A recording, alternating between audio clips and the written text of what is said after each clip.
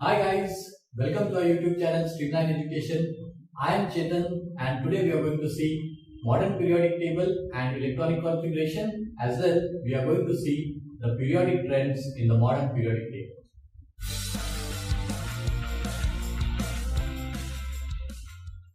Now let us see the modern periodic table and electronic configuration. What do you mean by electronic configuration? It is nothing but the distribution of electrons in the shells of an atom. And these electrons revolve around the nucleus, so the shells are present around the nucleus.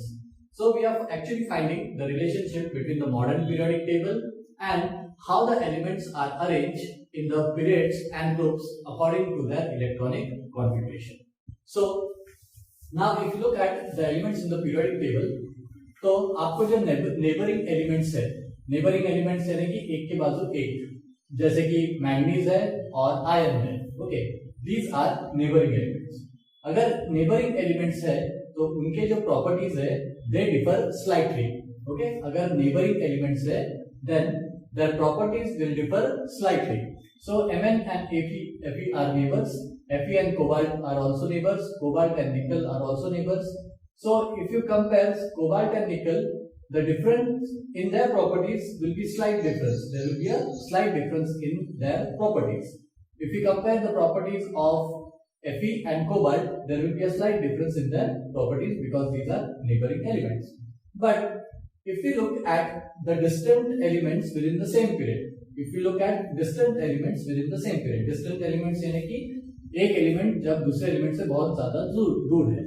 For example अगर Mn को हमने compare किया zinc से, okay, Mn को compare किया zinc से, so zinc is far away from manganese and therefore its both their properties are going to differ very widely. Okay, इनके जो प्रॉपर्टीज अगर हम कंपेयर करेंगे तो there will be a wide difference in their properties. Now if you look at the elements within a group, okay, आप अगर elements देख रहे हो within the group, then the elements are going to show similarity in properties. क्या करने वाले हैं? They are going to show similarity in properties. Similarity in properties यानी कि जो भी elements group 1 को belong करेंगे उनके properties similar होंगे. जैसे कि if you look at alkali metals, पहला जो group है, then hydrogen, lithium, sodium, potassium, all these elements are going to have similar properties.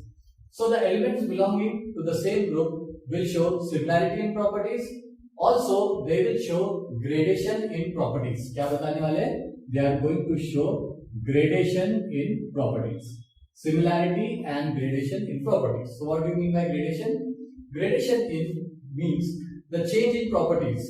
Okay, the change in properties, but which takes place through a process of stages, different stages. Okay, तो ये जो properties change होने वाले ये different stages के through change होने वाले हैं, जिसको हम बोलते हैं gradation of properties. Okay, so electronic configuration is a very important thing when we are deciding the position of an element in the periodic table. It is the electronic configuration which decides whether an element, कौन सा element कौन से period या column में या group में place करना चाहिए, ये किसके ऊपर डिपेंड होता है?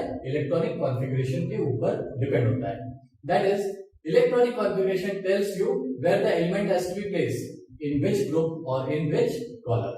So electronic configuration is very important aspect in the arrangement of elements in the modern periodic table. तो अभी जो देखने वाले हैं अभी देखने वाले कि जो ग्रुप्स रहते हैं उनका और इलेक्ट्रॉनिक कॉन्फ़िगरेशन का क्या रिलेशन रहता है. ओके, ग्रुप्स और electronic configuration. Groups are the vertical columns. This is first, second, third, fourth and so on. Vertical columns वाले groups है. Okay, हमने देखा कि जो भी elements एक vertical group में होते हैं, they show similar properties.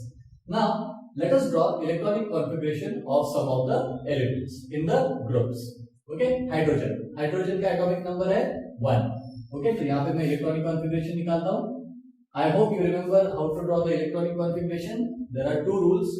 First, you have to find the electron holding capacity of a particular shell, जो डिटरमाइन करते हैं हम by the formula 2n square, where n is the number of the shell.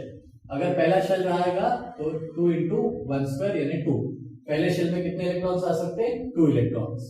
Second shell में number of the shell second हो जाएगा, तो 2 into 2 square यानी 8, और थर्ड शेल में 2 इंटू 3 स्क्वायर यानी कि 8। ओके, तो ऐसे हम कैपेसिटी ढूंढ के निकालते हैं of a particular shell. Now the second rule that we should remember is that, okay, the outermost shell should not contain more than 8 electrons।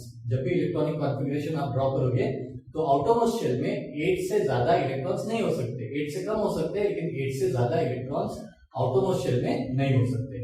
तो ये दो रूल्स को रिमेंबर करके आपको क्या करना है, इलेक्ट्रॉनिक कॉन्फ़िगरेशन ड्रॉ करना है। अब हाइड्रोजन का एटॉमिक नंबर है 1, यानी कि उसके पास कितने इलेक्ट्रॉन्स रहेंगे, 1 इलेक्ट्रॉन। ओके, हमने पढ़ा था कि atomic number relates to the electron numbers, यानी कि एटॉमिक नंबर यानी कि number of protons, and number of protons are equal to the number of electrons। okay, so hydrogen का एटॉमिक नंबर है 1, यानी इसके पास कितने इलेक्ट्रॉन्स हुए, 1। तो कितने शेल्स हुए उसमें, समझो ये न्यूक्लियस है, ओके, और पहले शेल में आ जाएगा दैट इज 1 इलेक्ट्रॉन। ओके, तो इसका इलेक्ट्रॉनिक कॉन्फ़िगरेशन क्या हो गया, सिर्फ 1।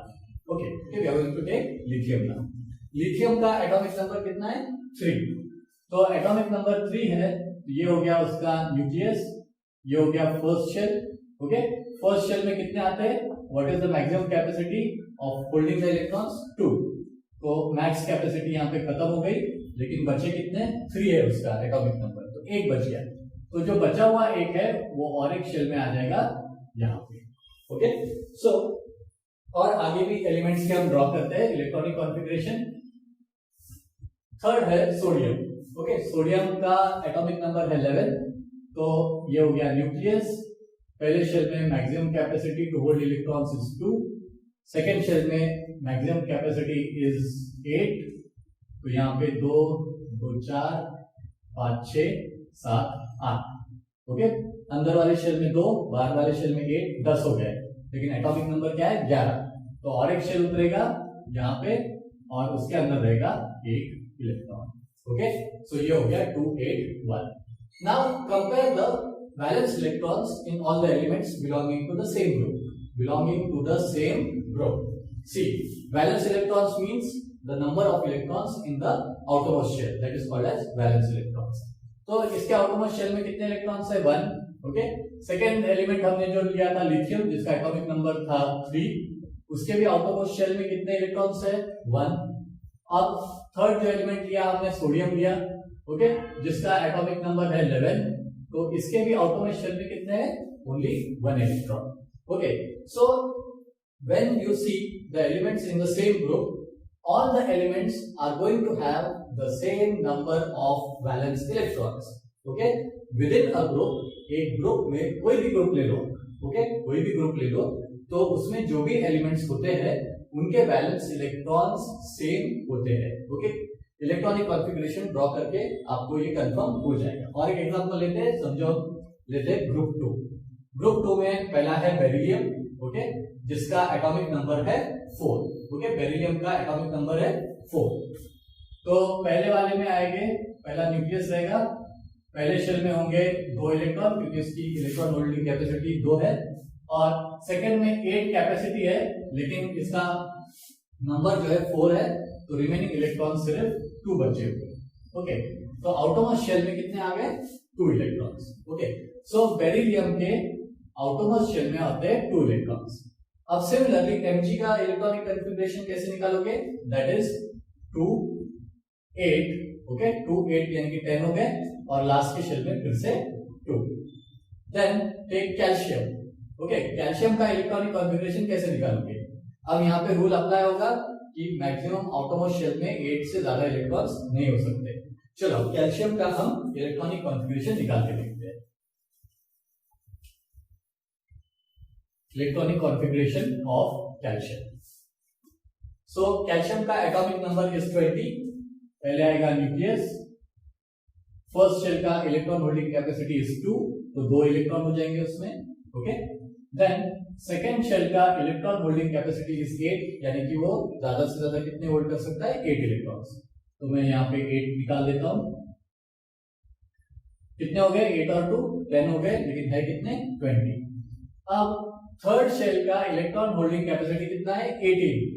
ओके, अब मैं यहाँ पे थर्ड शेल उतारता हूँ, ठीक है।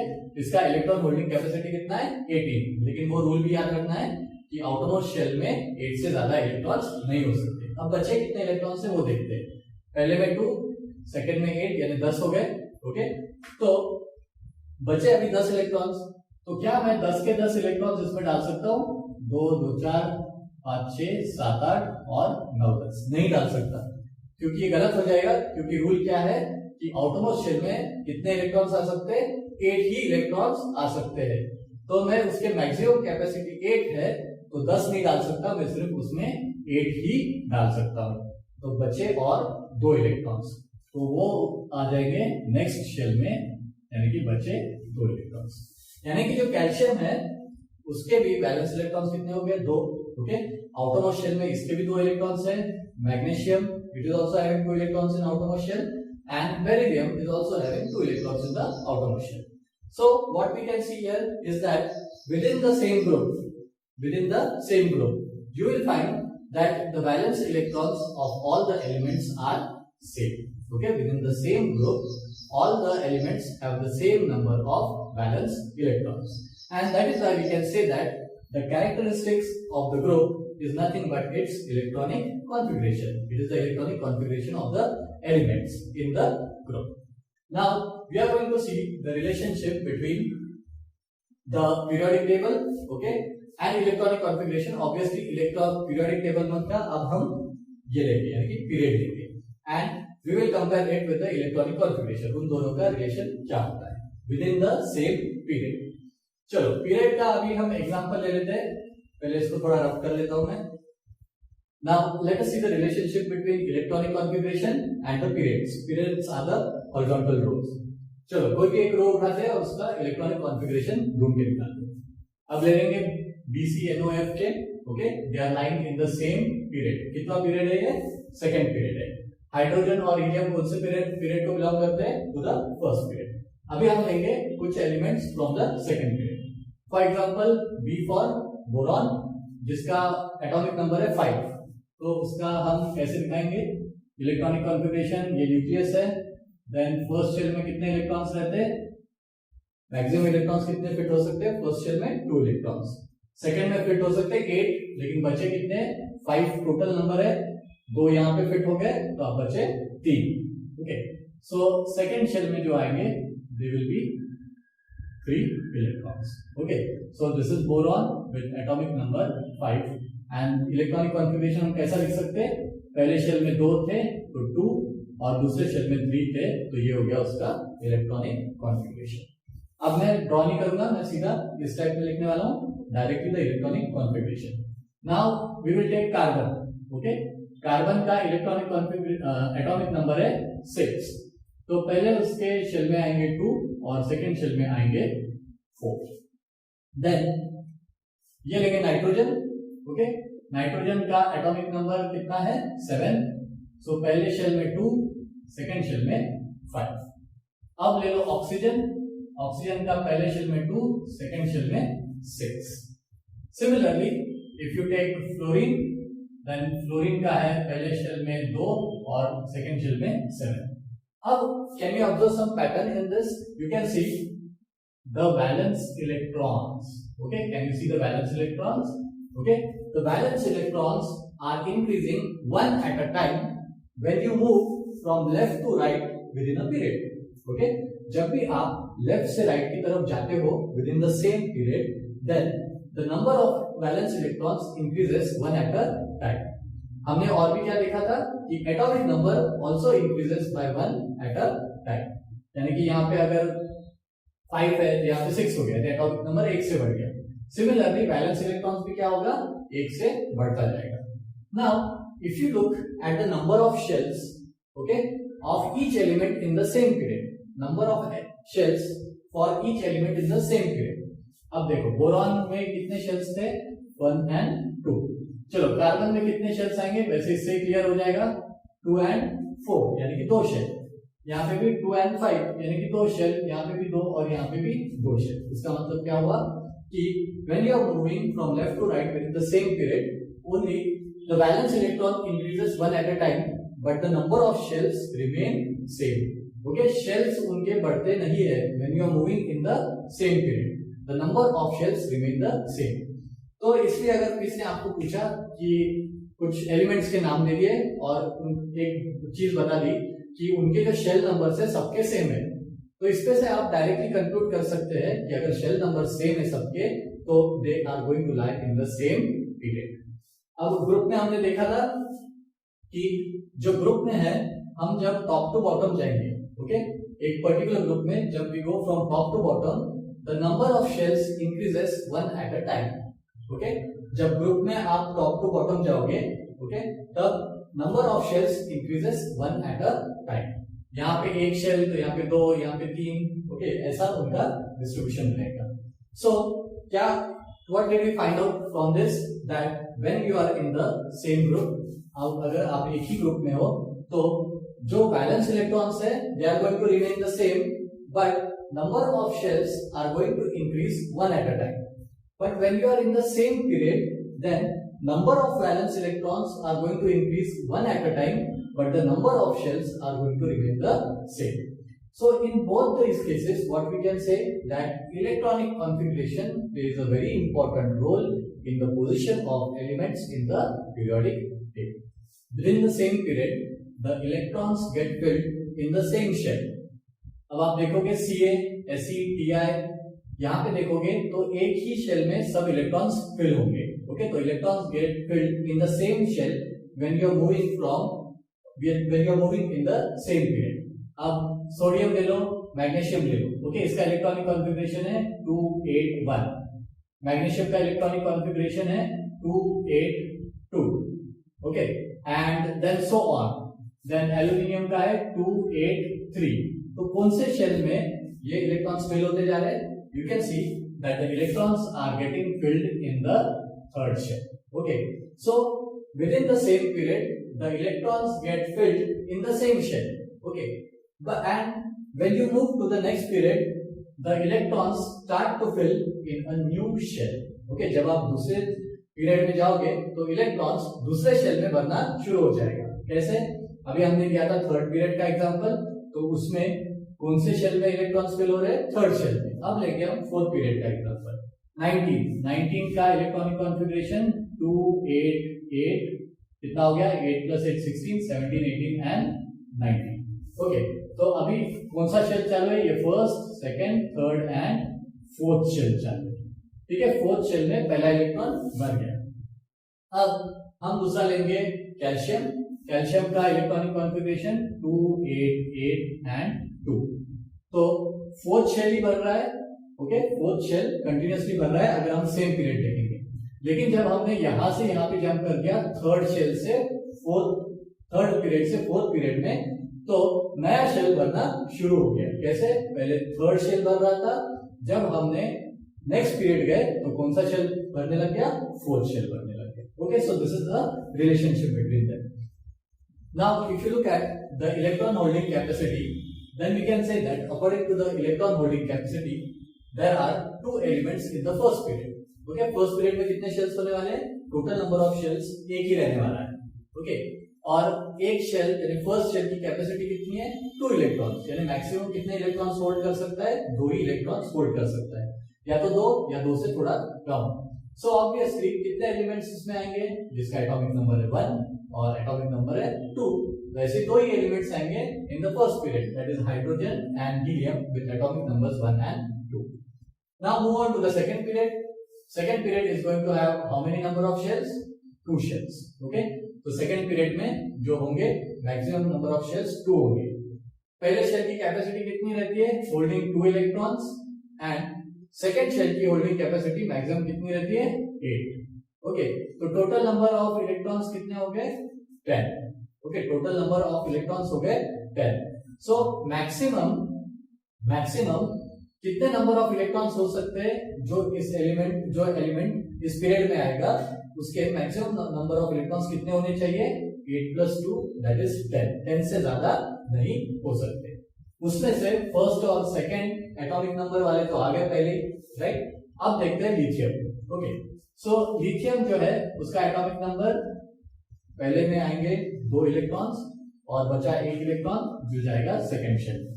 सो कितने शेल्स हो गए, और इस शेल्स का नाम भी होता है if you know that is K and L, और आगे वाला शेल रहेगा तो एम आ जाएगा and so if you look at the second period there should be 2 number of shells.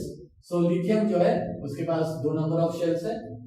Beryllium electronic configuration 2 and 2, it will also have 2 shells, okay, and so on. B, C, N, O इनके पास सबके पास 2 shells होने वाले हैं. अब हम next period में जाएंगे, that is the third period. अब थर्ड पीरियड के जो एलिमेंट्स है उनके पास भी कितने शेल्स होने चाहिए, 3 शेल्स ही होने चाहिए. जैसे सोडियम ले लो, उसका इलेक्ट्रॉनिक कॉन्फ़िगरेशन 281, ओके. सो यहाँ पे जो 3 शेल्स है, ओके, तो ये पूरे इलेक्ट्रॉन्स आ गए 3 शेल में. अब मैग्नीशियम लेंगे, दैट इज 12, तो उसका इलेक्ट्रॉनिक कॉन्फ़िगरेशन 282, यहाँ पे भी 3 shell. If you look at argon का इलेक्ट्रॉनिक कॉन्फ़िगरेशन 288, कितने शेल्स हो गए, 3 शेल्स. सो जिस पीरियड में आप हो उतने ही उसमें शेल्स होने चाहिए, okay.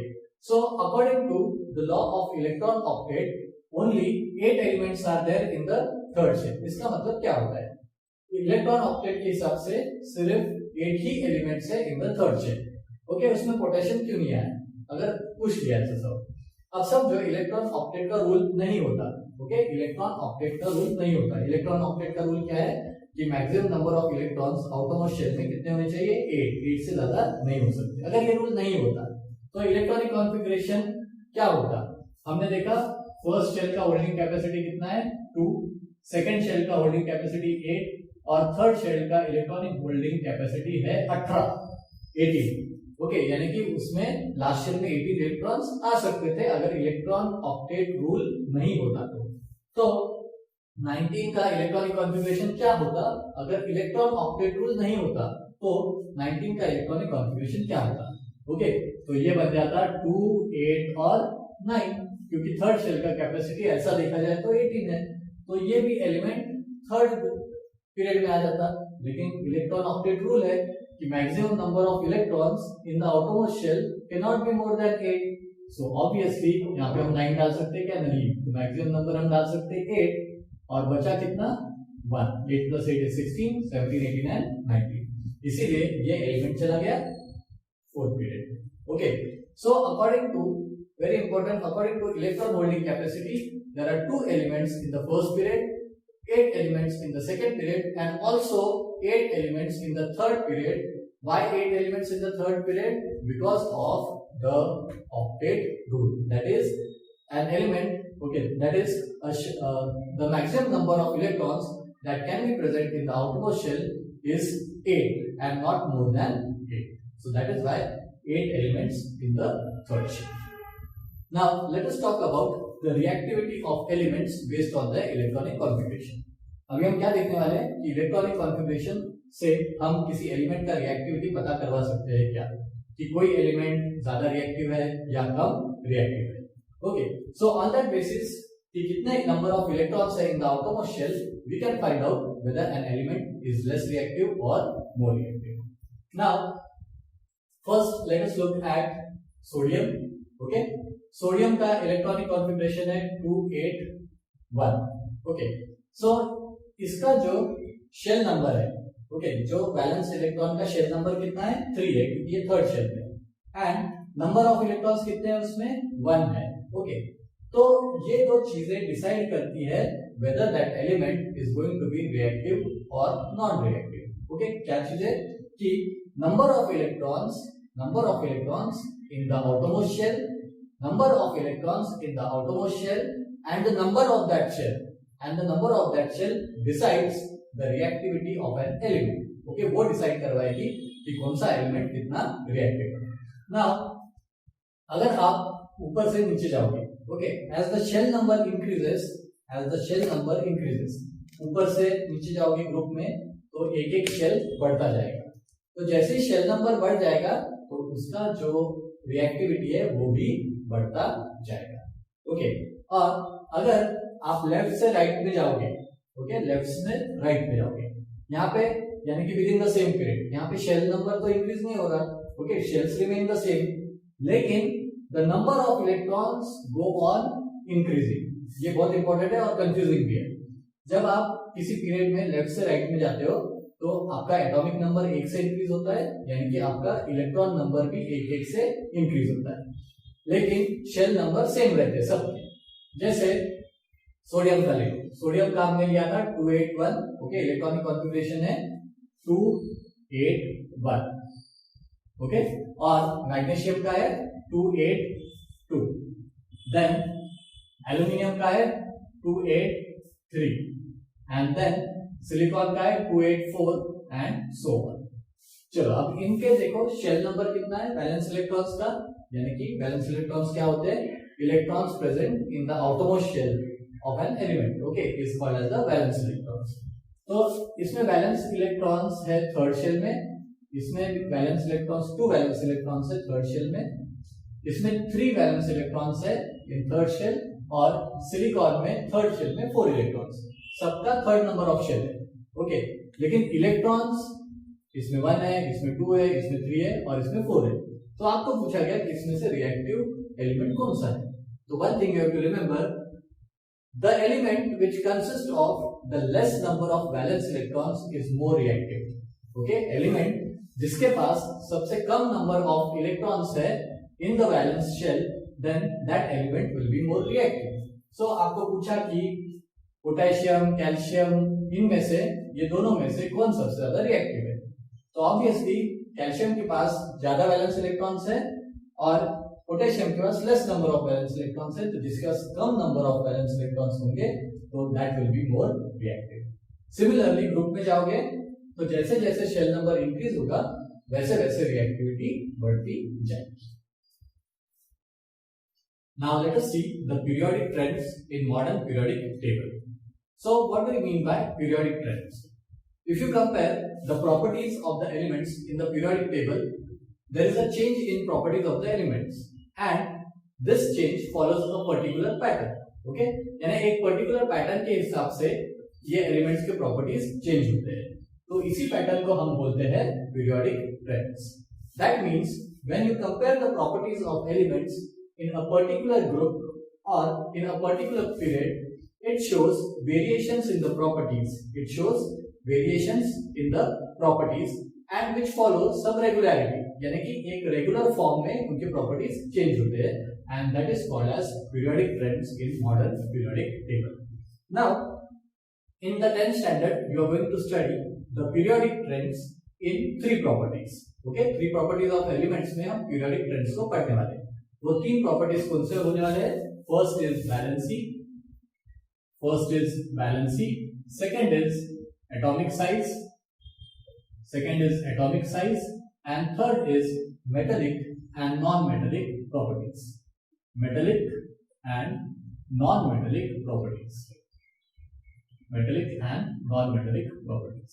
Okay, so we are going to study the periodic trends only in 3 properties in 10th standard, that is valency, atomic size and metallic and non-metallic properties.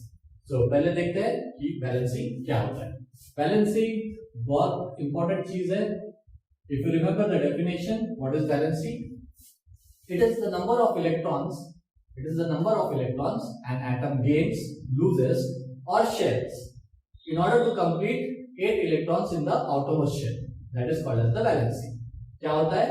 जब कोई भी एटम इलेक्ट्रॉन देता है, लेता है या तो दूसरे के साथ शेयर करता है ताकि उसके आउटरमोस्ट शेल में 8 इलेक्ट्रॉन्स आ जाए, तो वो हो जाती है उसकी वैलेंसी। यानी अगर कोई एटम अपने 2 इलेक्ट्रॉन्स दे देता है in order to have 8 electrons in the outermost shell, तो उसकी वैलेंसी हो जाएगी 2।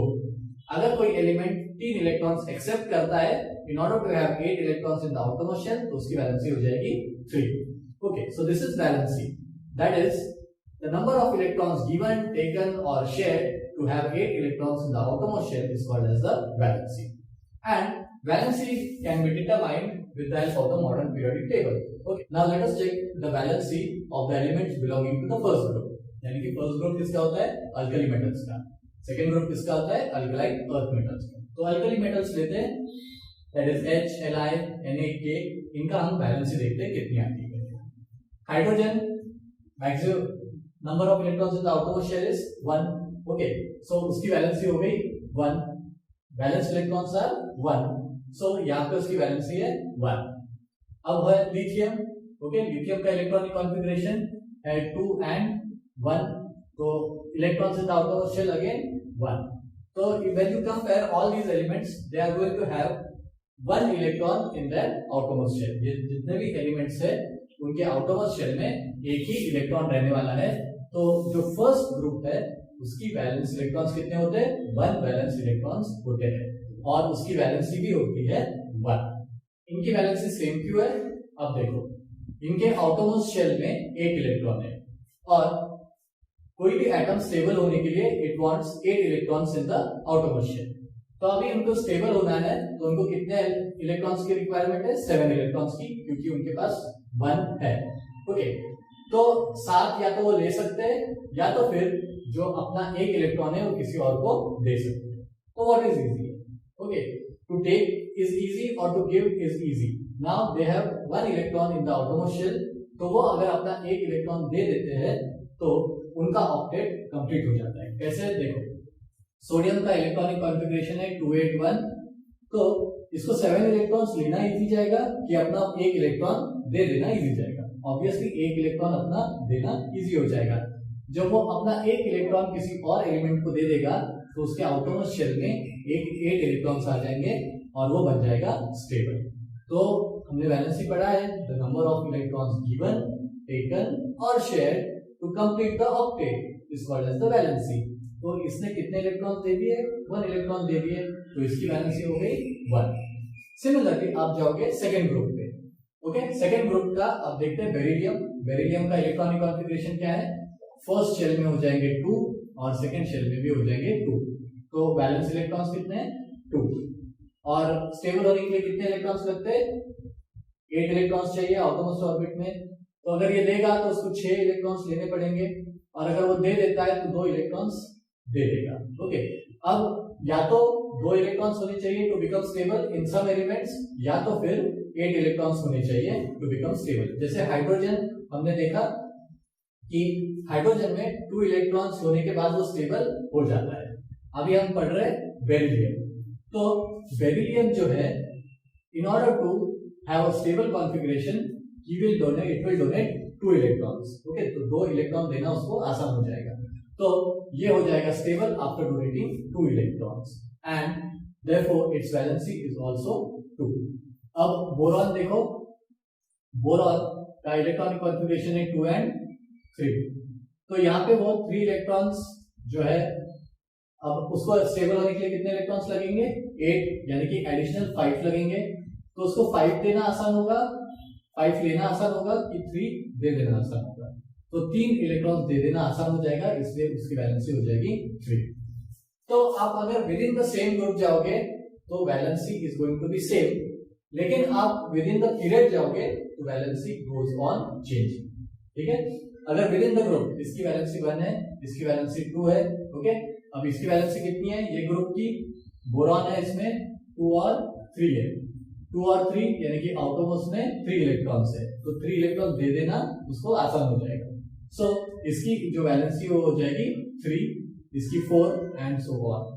लेकिन when you come to the noble gases, noble gases के ऑलरेडी 8 इलेक्ट्रॉन्स रहते हैं आउटरमोस्ट शेल में, इसीलिए वो इलेक्ट्रॉन्स लेते भी नहीं है जल्दी से और देते भी नहीं है, इसलिए उनकी वैलेंसी हो जाती है 0। Okay, their valency is going to be 0। तो 2 चीजें याद रखना कि within the same group valency is the same, okay, and within the period the valency changes. Okay, अभी देखो यहाँ पे अगर हम कोई और एलिमेंट लेते, 17 ग्रुप का एलिमेंट लेते, अब यहाँ पे देखो इसका एटॉमिक नंबर फ्लोरीन का 9 है। Okay, 9 is the atomic number. 9 का इलेक्ट्रॉनिक कॉन्फ़िगरेशन क्या होगा? 2 and 7। अब आप बोलोगे कि 2 और 7 है, अगर हम सीरीज से जाएंगे तो इसका 3 है वैलेंसी, इसका 4 होना चाहिए, इसका 5, इसका 6 और इसका 7। लेकिन ये गलत हो जाएगा, क्यों? Because valency is the number of electrons taken, given और shared. So if you look at fluorine, it's electronic configuration is 2 and 7, और एक एटम को स्टेबल होने के लिए आउटरमोस्ट शेल में कितने इलेक्ट्रॉन्स लगते हैं? 8 इलेक्ट्रॉन्स। तो इसको अगर 8 इलेक्ट्रॉन्स करना है, इजी क्या हो जाएगा? To accept 1 electron. So it is going to easily accept one electron and therefore its valency will become 1. Let us take one more example. Let us talk about nitrogen. Its atomic number is 7. Electronic क्या configuration क्या हो जाएगा, first shell में 2 और second shell में 5. Okay, stable होने के लिए कितने इलेक्ट्रॉन्स लगते हैं ऑटोमोस शेल में, 8 इलेक्ट्रॉन्स. इसके पास कितने, 5. ओके, सो क्या इजी है, 5 दे देना या 3 दे देना. Obviously it will accept 3 electrons to have 8 electrons in the outermost shell. तो इसकी वैलेंसी कितनी हो जाएगी, 3. तो यहाँ पे जो है नाइट्रोजन, यहाँ पे उसकी वैलेंसी है 3. Now if you look eight carbon, carbon का एटॉमिक नंबर है 6. ओके, तो उसकी वैलेंसी हो जाएगी 2 and 4. अब 4 क्या हो जाएगा, 4 आने के बाद लेना भी उतना ही इजी है और देना भी उतना ही इजी है, या लेना भी उतना ही डिफिकल्ट है और देना भी उतना ही डिफिकल्ट है. तो नॉर्मली इस कंडीशन में they go for sharing of electrons. Okay, वो क्या करते हैं, अपने इलेक्ट्रॉन्स को शेयर करते हैं इंस्टेड ऑफ टेकिंग और giving the electrons. Now sharing of electrons, जैसे एक एग्जांपल ले लो, मीथेन. ओके, मीथेन है CH4. CH4 कार्बन का एटॉमिक नंबर कितना है, कार्बन का एटॉमिक नंबर है 6. तो कार्बन की जो वैलेंस 2 and 4 इलेक्ट्रॉनिक कॉन्फ़िगरेशन है, 4 उसके आउटमोस्ट शेल में होंगे. तो स्टेबल बनने के लिए उसको और चाहिए 4, तो वो किसी और से 4 शेयर कर लेगा अपने. जैसे कि ये हाइड्रोजन, हाइड्रोजन को एक इलेक्ट्रॉन लगता है, हर एक हाइड्रोजन को एक इलेक्ट्रॉन लगेगा to become stable. Now this is C, this is H, this is H, this is H and H. CH4 methane. Carbon के पास है 4 electron in the outermost shell. ये अपने 4 इलेक्ट्रॉन्स हाइड्रोजन एटम के, हर hydrogen atom के साथ share करेंगे. Hydrogen के पास कितने इलेक्ट्रॉन्स हैं, 1 इलेक्ट्रॉन. तो ये हाइड्रोजन अपना 1 इलेक्ट्रॉन इसके साथ शेयर करेगा, ये हाइड्रोजन 1 इसके साथ, ये अलग हाइड्रोजन वो भी 1 अपना देगा, शेयर करेगा, और ये भी हाइड्रोजन 1 अपना शेयर करेगा. चलो अभी देखते हैं दोनों स्टेबल हुए कि नहीं. अब देखो 2, 2, 4, 5, 6 और 7, यानी कि कार्बन के इसमें आ गए 8 electrons in the outermost shell. Hydrogen को चेक करो, हाइड्रोजन को स्टेबल होने के लिए 2 इलेक्ट्रॉन लगते हैं इन द आउटरमोस्ट शेल. तो ये हाइड्रोजन एटम लेंगे तो उसके आउटरमोस्ट शेल में हो गए 2 इलेक्ट्रॉन. इसके भी इसमें 2 इलेक्ट्रॉन्स, 2 और 2, तो दोनों भी हो गए stable. So this is the sharing of electrons. We are going to see the next periodic trend in which property, in the atomic size. Atomic size. First we should know what is atomic size. So atomic size is nothing but the size of an atom, and the size of an atom is determined by the radius of that atom. Okay, radius जितना होता है वो उसकी size होती है. So bigger the radius, bigger will be the atomic size, and smaller the radius, obviously smaller will be the atomic size. Now, what is actually atomic size? It is the distance of the valence shell from the center of the nucleus. It is the distance of the valence shell from the center of the nucleus, that is called as the atomic size. Now, if this is the nucleus, this is one shell, this is second shell. Okay, so this is the outermost shell, or it is called as the valence shell. Distance of the valence shell from the center of the nucleus is called as the atomic radius. This is called as atomic radius. What is atomic radius? Distance of the valence shell from the center of the nucleus is called as the atomic radius, and more the atomic radius, more is the atomic size. जितना ज्यादा radius, obviously उतना ज्यादा atomic size. अब ये चीज हम देखेंगे periods में और groups में क्या होता है, what is the effect on atomic radius. Now within the period, first we will consider within the period. अब हम third period को consider करेंगे. Okay, we are going to see the third period. Now in the third period, first element is sodium. Okay, first element is sodium, जिसका electronic configuration है 281. यहाँ पे लिख देता हूँ sodium. Second element is magnesium, जिसका electronic configuration है 282. Third is aluminium. Aluminium का इलेक्ट्रॉनिक कॉन्फ़िगरेशन है 283. सिलिकॉन का है 284 एंड सो ऑन. अब यहाँ पे नंबर ऑफ शेल्स तो सेम है. ओके, हर एक में कितने शेल्स है, 3 शेल्स है. अब मैं समझो यहाँ पे और एक शेल उतार देता हूँ. ओके, तो यहाँ पे हर एक एटम के हर एक एलिमेंट के एटम के कितने शेल्स है? 3 शेल्स है। तो अब इसमें से आप कैसे पता करवाओगे कि किसकी साइज बड़ी है? आपको लगेगा कि सबके शेल्स तो 3 ही है तो सबका साइज तो सेम होने वाला है, लेकिन ऐसा होता नहीं है। व्हाई? लेट अस सी।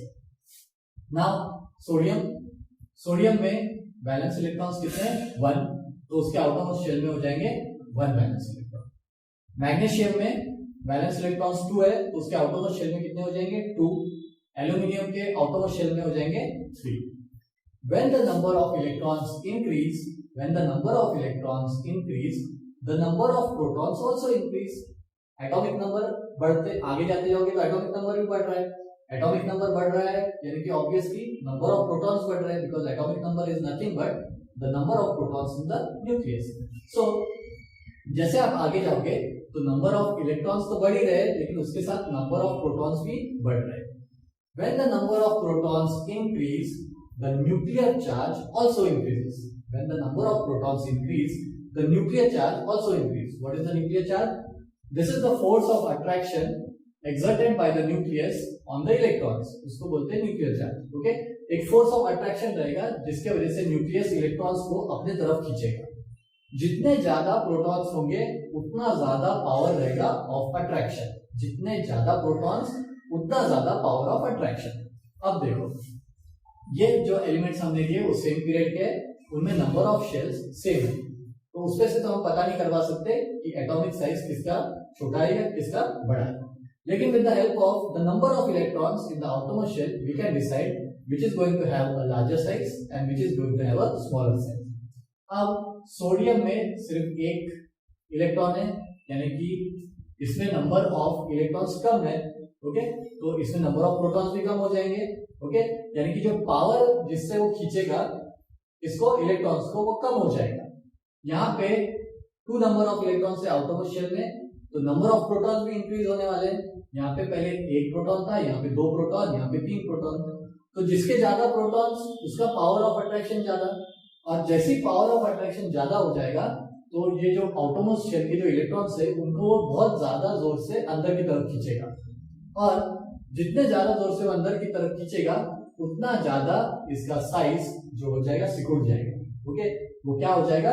अंदर की तरफ आएगा, और उतना ज्यादा साइज उसका रिड्यूस हो जाएगा, श्रिंक हो जाएगा। ओके, सो यहाँ पे देखो एल्यूमिनियम का 283। अगर मैंने पूछा कि Na यानी कि सोडियम, मैग्नीशियम और एल्यूमिनियम में किसका एटॉमिक साइज सबसे बड़ा है, तो ऑब्वियसली जिसके आउटरमोस्ट शेल में सबसे कम इलेक्ट्रॉन्स है उसका साइज सबसे बड़ा, यानी कि सोडियम का साइज सबसे बड़ा हो जाएगा और एल्यूमिनियम का साइज इन तीनों में सबसे कम हो जाएगा।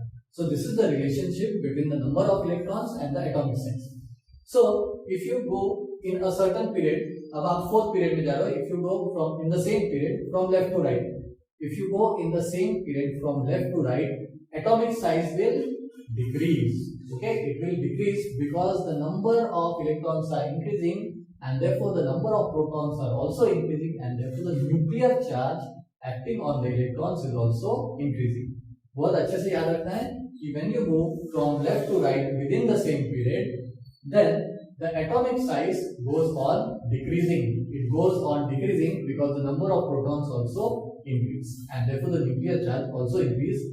तो न्यूक्लियर चार्ज जो इलेक्ट्रॉन्स पे लगता है बहुत ज्यादा है, जिसकी वजह से इलेक्ट्रॉन्स बहुत ज्यादा अंदर की तरफ खींचे जाते हैं और उसके वजह से एटॉमिक साइज क्या हो जाती है? श्रिंक हो जाती है।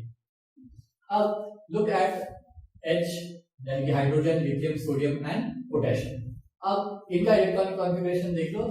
अब इसका इलेक्ट्रॉनिक कॉन्फ़िगरेशन है 1 और इसमें रहेगा सिर्फ एक ही शेल। ओके, कितने शेल्स रहेंगे? पहले वाले में एक शेल रहेगा। लिथियम लेते हैं, लिथियम का एटॉमिक नंबर है 3, इलेक्ट्रॉनिक कॉन्फ़िगरेशन 2 and 1। सोडियम का है 11 एटॉमिक नंबर, उसका इलेक्ट्रॉनिक कॉन्फ़िगरेशन 2, 8 and 1। इसका हो जाएगा 2, 8, 8 and 1। ओके, सिमिलरली आप देखोगे कि शेल्स हमने पहले भी देखा है, नंबर ऑफ शेल्स क्या हो रहे हैं? बढ़ते जा रहे हैं। ओके, नंबर ऑफ शेल्स जब बढ़ते जाते हैं तो जो वैलेंस शेल है उसका जो डिस्टेंस होता है फ्रॉम द न्यूक्लियस वो भी बढ़ता जाता है। सिंपल सा लॉजिक है। ओके, देखो अभी समझो ये न्यूक्लियस है, ये फर्स्ट शेल, देन किसी एलिमेंट के 2 शेल है। ओके, और ये न्यूक्लियस है, तो ऑब्वियसली न्यूक्लियस से जो वैलेंस शेल है उसका डिस्टेंस बढ़ते जा रहा है। So when the distance of the valence shell from the nucleus increases, ये जो डिस्टेंस है of the valence shell from the nucleus, जब ये बढ़ता जाता है then the nuclear charge goes on decreasing. Okay, distance बढ़ गया तो फोर्स ऑफ अट्रैक्शन घट गया। ओके, जब डिस्टेंस बढ़ जाएगा न्यूक्लियस से वैलेंस शेल का, तो डिस्टेंस बढ़ने के वजह से जो पावर ऑफ अट्रैक्शन है वो कम हो जाएगा and therefore the atomic size will increase, वो बाहर की तरफ जाएंगे ज्यादा। Okay, so the atomic size increases because the number of shells increases. So जैसे ही आप within the group top to bottom जाओगे तो number of shells will increase and therefore automatically as the number of shell increases the atomic size will also increase. Why? Because आप इसका radius देखो और इसका रेडियस देखो, obviously shell ज्यादा है तो रेडियस ज्यादा है, शेल कम है तो रेडियस कम है। ओके, तो इसके वजह से when you go from top to bottom the atomic size is going to increase. हालांकि नंबर ऑफ इलेक्ट्रॉन्स भी बढ़ रहे हैं लेकिन उसके मुकाबले जो रेडियस है वो ज्यादा बढ़ रहा है, इसीलिए एटॉमिक साइज बढ़ती जाएगी even if there is a rise in the nuclear charge. ये याद रखना है, न्यूक्लियर चार्ज भी बढ़ने वाला है लेकिन as compare to the size of the shell का जो हम रेडियस देखेंगे वो ज्यादा होने वाला है, तो एटॉमिक साइज फिर भी बढ़ती रहेगी when you go from top to bottom within the same group. So this is regarding atomic size. Okay, तो आप देख लो H यानी कि हाइड्रोजन, लिथियम, सोडियम, पोटेशियम, अगर ये चारों में से आपको पूछा किसका एटॉमिक साइज सबसे ज्यादा रहेगा, तो ऑब्वियसली जिसके सबसे ज्यादा शेल्स है उसका एटॉमिक साइज सबसे ज्यादा रहेगा, यानी पोटेशियम का साइज सबसे बड़ा होगा। ओके, अब पूछा कि बेरिलियम, एल्यूमिनियम और गैलियम में किसका सबसे बड़ा साइज होगा, तो ऑब्वियसली गैलियम का होगा क्योंकि उसके शेल्स सबसे ज्यादा है। लेकिन अगर मैंने पूछा कि एल्यूमिनियम, सिलिकॉन और फास्फोरस में किसका एटॉमिक साइज ज्यादा होगा, ओके, अब यहाँ पे नंबर ऑफ शेल्स तो इंक्रीज नहीं होते within the same period, number of shells are same, लेकिन नंबर ऑफ इलेक्ट्रॉन्स बढ़ते जाएंगे। अब यहाँ पे देखो इसके number of electrons in outermost shell are 3, इसके 4 और इसके 5। सो जिसके ज्यादा इलेक्ट्रॉन्स रहते हैं आउटरमोस्ट शेल में उसकी साइज सबसे छोटी रहेगी, यानी कि फास्फोरस की साइज सबसे छोटी रहेगी और एल्यूमिनियम की साइज सबसे बड़ी होगी। तो ये रिलेशनशिप को अच्छे से समझना, don't learn it, understand the concepts. Now let us see the periodic trend in the third property, that is metallic and non metallic properties.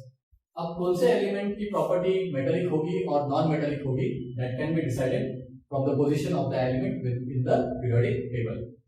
अब first we should understand what is the metallic property, okay, and what is the non-metallic property. उससे पहले आपको electropositive और electronegative property जाननी पड़ेगी. So which is more electropositive element? The element which donates its electron, to form a cation is electropositive. Okay. अगर कोई element अपने electrons दे देता है to form a cation then it is electropositive and electropositive is a characteristic of a metallic property, यानी कि electropositive जो रहता है वही क्या होता है, मेटालिक भी होता है। Okay, the elements which have more electropositivity are more metallic and the elements which are more electronegative का मतलब क्या होता है, the elements that have a tendency to accept electrons to form anions, वो क्या फॉर्म करने वाले हैं, anions। सो ऐसे एलिमेंट्स जिनको इलेक्ट्रॉन्स लेने की आदत रहती है, ओके, और एनायन फॉर्म करते हैं, तो उनको बोलते हैं हम मोर इलेक्ट्रोनेगेटिव, और electronegative is a characteristic of non metallic property, यानी जो ज्यादा इलेक्ट्रोनेगेटिव वो ज्यादा नॉन मेटालिक एंड जो ज्यादा इलेक्ट्रोपॉजिटिव वो ज्यादा मेटालिक। ओके, सो पीरियोडिक टेबल में हमने देखा है कि एक लाइन रहती है जिगजैग लाइन जो डिफरेंशिएट करती है मेटल्स और नॉन मेटल्स को, जैसे लाइन के लेफ्ट हैंड साइड पे हम बोलते हैं कि मेटल्स है और राइट हैंड साइड पे है non metals, and along this line there are metabolites which show both the properties of metals and non metals. Now let us see how is the metallic property defined for an element. Now if you look at lithium, okay, lithium जो है उसका electronic configuration क्या है, 2 and 1, it's electronic configuration is 2 and 1. So ये क्या कर देगा, it will easily lose its electrons, right? अगर ये easily इलेक्ट्रॉन लूज कर देगा तो it will become more electro positive, and if it is more electropositive, then obviously it has a metallic property. उसकी प्रॉपर्टी क्या हो जाएगी? मेटालिक हो जाएगी. अब समझो हमने दिया फ्लोरीन. ओके, फ्लोरीन का जो एटॉमिक नंबर है 9, तो उसका इलेक्ट्रॉनिक कॉन्फ़िगरेशन है 2n7. स्टेबल होने के लिए वो आसानी से एक इलेक्ट्रॉन क्या कर लेगा? ले लेगा. जब वो एक इलेक्ट्रॉन ले लेगा तो it has accepted the electron and formed anion. Okay, उसने क्या बना दिया? एन आयन, यानी कि negatively charge atom. Okay, so इसकी टेंडेंसी क्या है फ्लोरीन की? To accept the electrons and therefore it is more electronegative. Okay, it is more electronegative. And if you look at lithium, it is more electropositive. And electropositivity is the characteristic of metals and electronegativity is the characteristics of non-metals. चलो, अभी किसी ने पूछ लिया barium, या फिर आपको वैसे फर्स्ट 4 पीरियड्स में ही ज्यादा पढ़ना है. ओके, वो भी फर्स्ट 20 एलिमेंट्स है, इसलिए मैं आगे नहीं जाऊंगा. ओके, फर्स्ट 20 एलिमेंट्स के मैं एग्जांपल ले रहा हूं. अब मैग्नीशियम हो गया, एल्यूमिनियम हो गया. ओके, एल्यूमिनियम का एटॉमिक नंबर 13 है, इलेक्ट्रॉनिक कॉन्फ़िगरेशन 283. तो ये क्या करेगा? स्टेबल होने के लिए 3 इलेक्ट्रॉन्स दे देगा. ओके, तो ये इलेक्ट्रोपॉजिटिव हुआ कि negative? Obviously electropositive. The tendency of an element to donate electrons to form a cation. Cation का मतलब क्या होता है? Positively charge atom. जितने इलेक्ट्रॉन्स वो दे देता है उतने ही पॉजिटिव चार्जेस उस पे आ जाते हैं. ओके, तो एल्यूमिनियम अपने 3 इलेक्ट्रॉन्स दे देगा, उसमें 3 पॉजिटिव चार्जेस हो जाएंगे और वो बन जाएगा मोर इलेक्ट्रोपॉजिटिव. और जैसे इलेक्ट्रोपॉजिटिव हो जाएगा वो कौन से इसमें आएगा? It is going to have a metallic characteristic.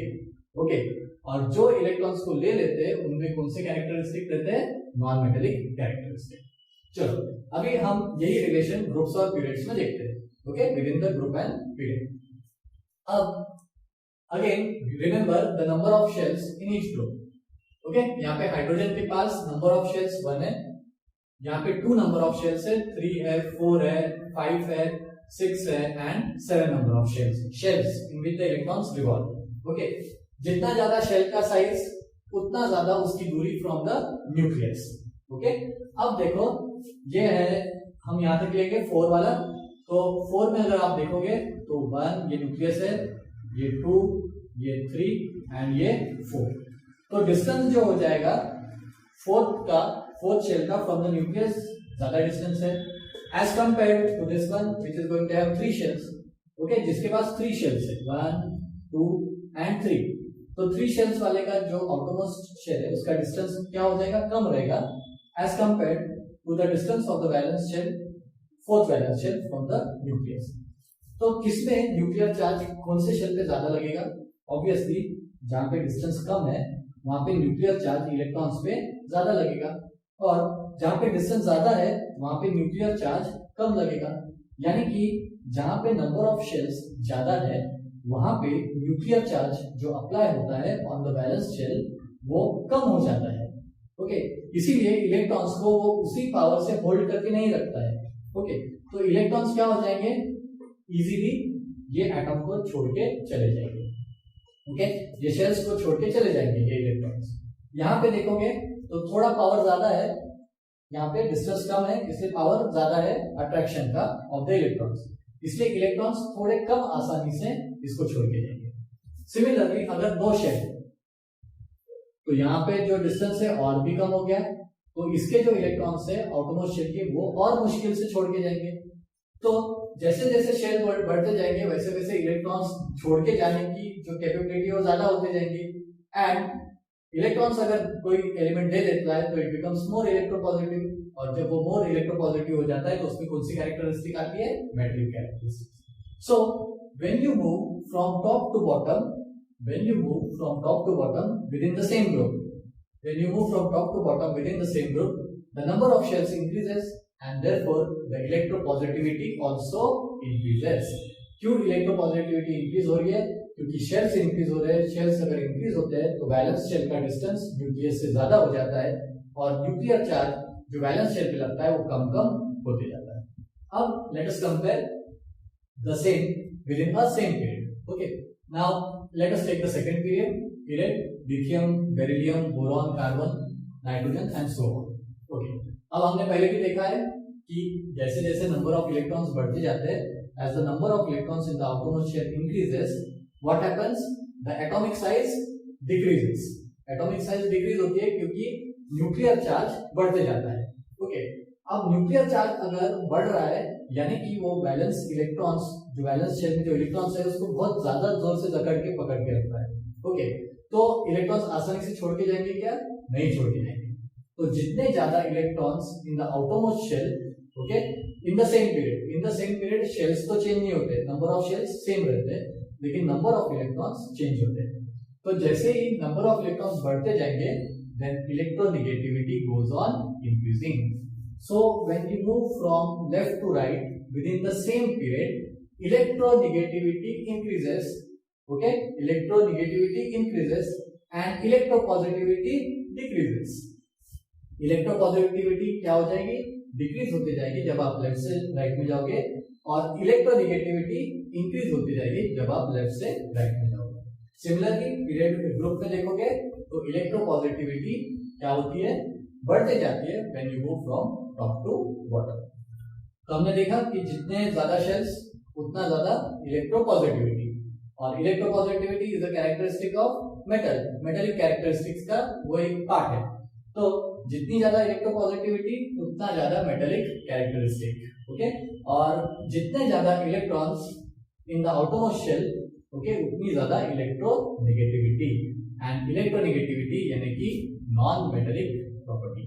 Okay, so जैसे आप लेफ्ट से राइट में जाते हो तो शेल्स के नंबर सेम रहते हैं, लेकिन नंबर ऑफ इलेक्ट्रॉन्स बढ़ते जाते हैं। तो नंबर ऑफ इलेक्ट्रॉन्स बढ़ गए यानी नंबर ऑफ प्रोटॉन्स भी बढ़ गए, power of attraction of nucleus बढ़ गया, तो वो इलेक्ट्रॉन्स को टाइटली होल्ड करके रखेंगे और इलेक्ट्रॉन्स आसानी से छोड़ के नहीं जाएंगे। तो इलेक्ट्रॉन्स छोड़ के नहीं जाएंगे इसका मतलब वो किसी और के इलेक्ट्रॉन्स ले लेंगे, and they will become more electronegative, and electronegative is related to a non-metallic property of an electron. Now let us see the last part in your chapter. दिया गया है कि what is the gradation in properties, what is the gradation in chemical properties in the group 2. Group 2 में कौन से elements है? Beryllium, magnesium, calcium, okay, and so on. So they have asked us to tell the gradation properties of these elements in the group 2. So if you look at beryllium does not react with water. Okay, beryllium does not react with water. Magnesium reacts with steam. Okay, and calcium, strontium, and barium react with water at room temperature. So this is the reactivity of these elements. Then reactivity goes on increasing when you go from top to bottom. So if you compare Be and Ca, then Ca will be more reactive, strontium will be more reactive than calcium, and barium will be more reactive than strontium. So we have ended this chapter. Hope you have understood it. First thing is don't memorize. Please try to understand the concepts. और उसके बाद चीजें बहुत आसान हो जाती है। तो अब हम जल्दी मिलेंगे with our next video. तब तक के लिए बाय बाय।